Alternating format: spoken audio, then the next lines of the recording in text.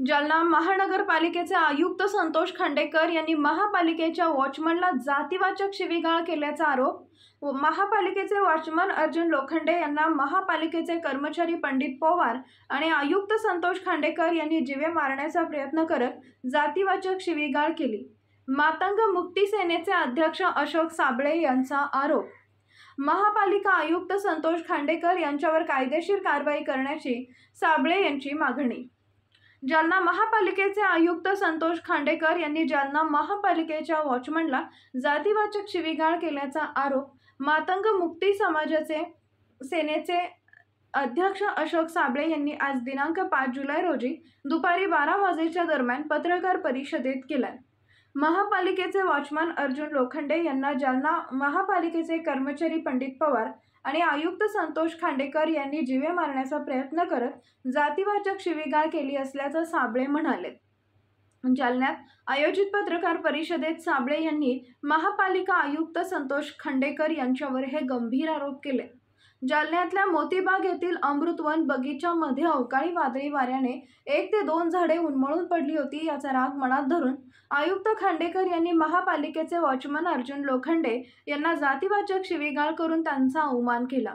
यानंतर 2 दिवसांनी महापालिकेचे स्वच्छता विभागाचे पंडित पवार, वाहन विभागाचे संजय वाघमारे, कॉन्ट्रॅक्टर इसाभाई खान, शेख कादर हे अमृतवन बगीचा इथं जेसीबी घेऊन आले।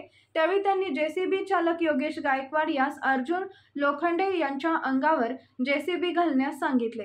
यानंतर अर्जुन लोखंडे यांच्या पायाला दुखापत झाली आहे अशी माहिती मातंग मुक्ती सेनेचे अध्यक्ष अशोक साबळे यांनी दिली।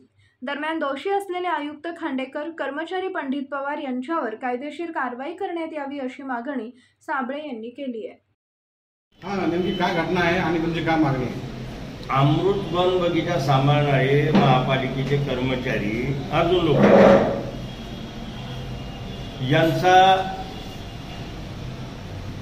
यांचा जीव वाचला, यांचा प्राण जाता जाता राहिला। त्या दिवशी त्यांनी मातंग मुक्ती सेना या सामाजिक संघटनेकडे न्याय मिळण्यासाठी याचना केली।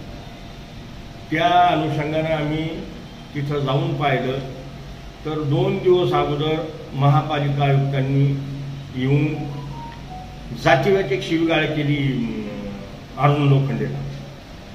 आणि नैसर्गिक आपत्तीमुळं जूनच्या सुरुवातीला वारं वादळ सुटत असतं, त्यावेळेस ते काही 1-2 झाडं उन्मळून पडल्याच्या नंतर ते झाडं उन्मळून पडल्याचा राग मनात धरून त्याचा खूपच राग आला महापालिका आयुक्त खांडेकर साहेबांना आणि त्याच्यामुळं त्यांनी रागाच्या भारामध्ये त्या अर्जुन लोखंडेला शिव्या दिल्या। 2 दिवस अगोदर त्यांनी त्यांच्या बयानामध्ये सांगितले आणि 2 दिवसाच्या नंतर ते आले आणि ते झाडं बाजूला करण्यासाठी जी जेसीबी आणली हे नको म्हणत होते, ते झाडं उकरून बाजूला फेकू नका म्हणत होते।